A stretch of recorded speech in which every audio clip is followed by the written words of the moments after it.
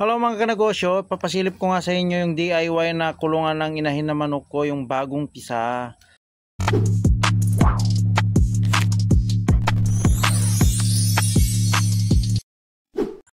So ito nga mga kanegosyo, sinundo ko yung mga inahin na manok ko, yung bagong pisa dahil may natitira pang mga 7 itlog. Kaya inuwi ko muna sila at ginawan ko ng DIY na kulungan. So nakikita nyo naman mga kanegosyo, yan yung mga ginagamit sa mga prutas. Ayan na lang muna ang ginawa kong kulungan nila, yung pansamantala lang mga kanegosyo. At syempre, inuwi ko na rin yung natitirang feeds nila dahil bibili ako mamaya ng kainan nila. Kaya off muna sila sa may bundok dahil kailangan nila na masinsinang pag-aalaga para masigla sila ang paglaki at babalik sila ulit dito sa may bundok. Ganyan talaga dapat tayo sa mga alaga natin. May care tayo at pagmamahal sa kanila. So yan, uwi na muna tayo mga kanegosyo. At ito na nga mga kanegosyo, bumili na ako ng lalagyan ng pagkain nila at takip ng gagawin kong DIY na kulungan nila. At syempre, bumili na rin ako ng Petersin para may halo sa inumin nila.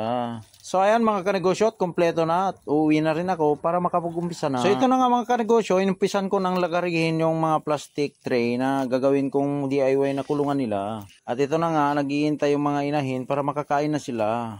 Dahil inumin pala ang nailalagay ko. So ganyan yan na kasimple mga kanegosyo. Binawasan ko muna yung itim na tray para mailagay ko ito at may dugtong ko yung puting tray mga kanegosyo. At siyempre bumili na rin ako ng tie wrap mga kanegosyo. At ito na yung nagsisilbing pang dugtong ko at pantali sa plastic tray na ginamit ko. At linagyan ko na rin siya ng butas sa ibabaw mga kanegosyo para ito yung nagsisilbing daanan na mga ilalagay kong pagkain nila. So ayan na nga mga kanegosyo at tinesting ko ng linagyan ng pagkain nila kung okay nga ba yung ginawa ko, kung worth it nga ba mga kanegosyo. So ayan, pagmasdan natin mga kanegosyo kung paano sila kumain.